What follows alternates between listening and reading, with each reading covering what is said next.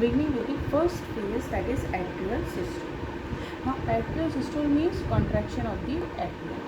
जब atrial systole होगा that means कि जब दोनों एट्रिया, राइट एट्रिया और लेफ्ट एट्रिया क्या करेंगे, कॉन्ट्रैक्ट करेंगे. जब दोनों कॉन्ट्रैक्ट करेंगे तो दैट मीन्स कि जब ये कॉन्ट्रैक्ट करेगा तो इसमें मतलब क्या है कि आपका जो पल्मोनरी ऑक्सीजनेटेड ब्लड आ रहा है हमारा लेफ्ट एट्रिया में, ये ऑक्सीजनेटेड ब्लड क्या हो रहा है हमारा लेफ्ट एट्रिया से लेफ्ट वेंट्रिकल में जा रहा है when the bicuspid valve is open. ठीक, किसके थ्रू आ रहा है, थ्रू दी पल्मोनरी वेन, क्योंकि ये ऑक्सीजनेटेड ब्लड ट्रांसपोर्ट कर रही है. वेन हमारी सारी डीऑक्सीजनेटेड ट्रांसपोर्ट करती है except for the pulmonary vein, और जितनी भी आपकी आर्टरी होती है वो ऑक्सीजनेटेड ट्रांसपोर्ट करती है except for the pulmonary artery.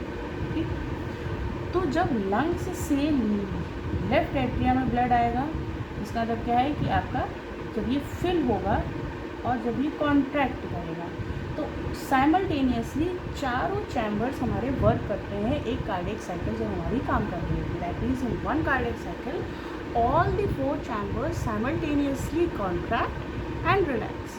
So that means if left atrium is filled at that time, right atrium is also filled.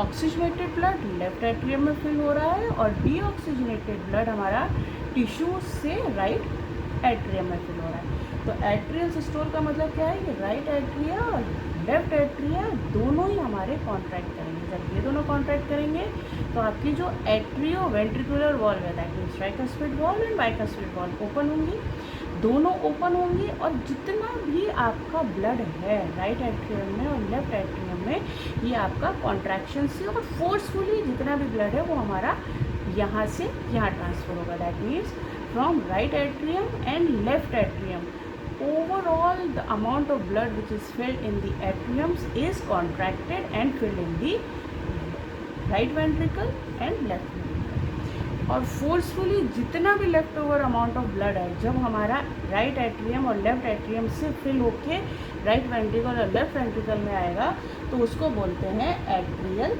Kick. That means the forceful amount, जो फोर्सफुली हमारा blood किस में transfer हो रहा है, into the ventricles. दोनों ही ventricle में forcefully जितना अमाउंट ऑफ ब्लड हमारा राइट एट्रियम और लेफ्ट एट्रियम से किस में ट्रांसफ़र हो रहा है, into the right ventricle and left ventricle. That kick is called atrial kick because that is the last amount of blood which is forcefully moved from right atrium and left atrium into right ventricle and left ventricle. So that is atrial systole. जब दोनों ही atria हमारे contract करेंगे, जब ये contract करेगा तो oxygenated blood हमारा left atria से लेफ्ट वेंट्रिकल में जाएगा और लेफ्ट वेंट्रिकल से हमारी ऑर्टिक वॉल्व ओपन होके टिश्यूज़ में जाएंगे.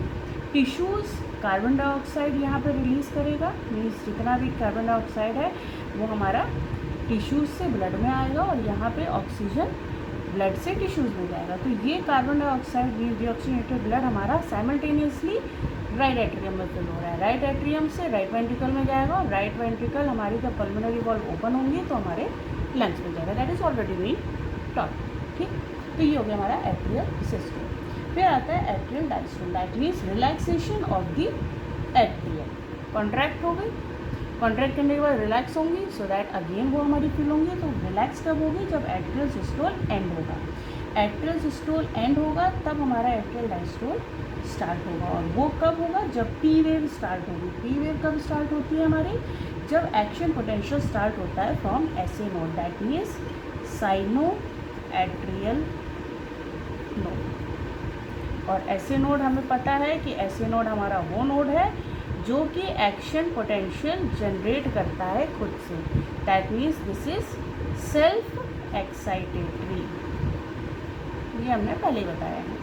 इसीलिए इस ऐसे नोड को क्या बोलते हैं, पेस मेकर, क्योंकि इसकी खुद की कैपेसिटी होती है कि ये एक्शन पोटेंशियल को जनरेट करता है. तो पी वेव तब स्टार्ट होती है जब ऐसे नोड से एक्शन पोटेंशियल स्टार्ट होगा. और जब पी वेव स्टार्ट होगी तो हमारा एट्रियल सिस्टोल की बिगिनिंग होगी. इसका मतलब क्या है कि वो एक्शन पोटेंशियल जब जनरेट होगा तो एट्रियल सिस्टोल कॉन्ट्रैक्शन स्टार्ट होगा. और कॉन्ट्रैक्शन एंड कब होगा, जब हमारा एट्रियल डायस्टोल स्टार्ट होगा. ठीक। तो डायस्टोल के टाइम पे पूरी तरीके से रिलैक्स हो जाएगा। जब ये रिलैक्स होगा तो ये हमारा पूरी तरीके से तैयार होगा ताकि नया फ्रेश लॉट ऑफ ब्लड इसमें फिल होगा, ठीक। So that is your atrial systole and atrial diastole. तो एट्रियल फेज कंप्लीट होती है हमारी, दैट मीन्स कार्डियक साइकिल की हमने पढ़ी थी 4 फेजेस होती हैं, atrial systole, atrial diastole, ventricular systole and ventricular diastole. Now let's discuss about the ventricular systole and ventricular diastolic phase of the cardiac cycle.